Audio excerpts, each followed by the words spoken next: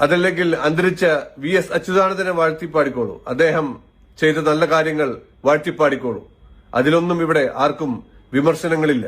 പക്ഷേ കോൺഗ്രസിന്റെ അന്തരിച്ച മുൻ മുഖ്യമന്ത്രി ഞങ്ങളുടെ പ്രിയ ആരാധ്യനായ ഉമ്മൻചാണ്ടിയുടെ മേൽ ഇനിയും കുതിര കയറാൻ വന്നാൽ കോൺഗ്രസ് പ്രവർത്തകരും നേതാക്കളും നോക്കി നിന്നു എന്ന് വരില്ല.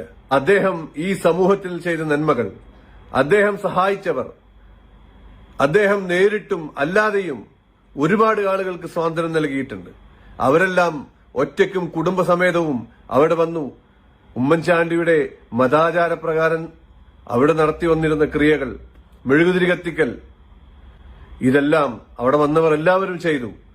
അതെല്ലാം ഓരോ മതത്തിന്റെയും ആരാധനാ സ്വാതന്ത്ര്യങ്ങളാണ്. അതിനെയെല്ലാം നീ ചാനലിൽ വലിഞ്ഞു കയറിയിരുന്ന് ഇതുപോലെ ചോദ്യം ചെയ്യലും പരിഹസിക്കലുമായാൽ അരുണേ, ഇതൊന്നും അധികകാലം നീണ്ടുപോകില്ല.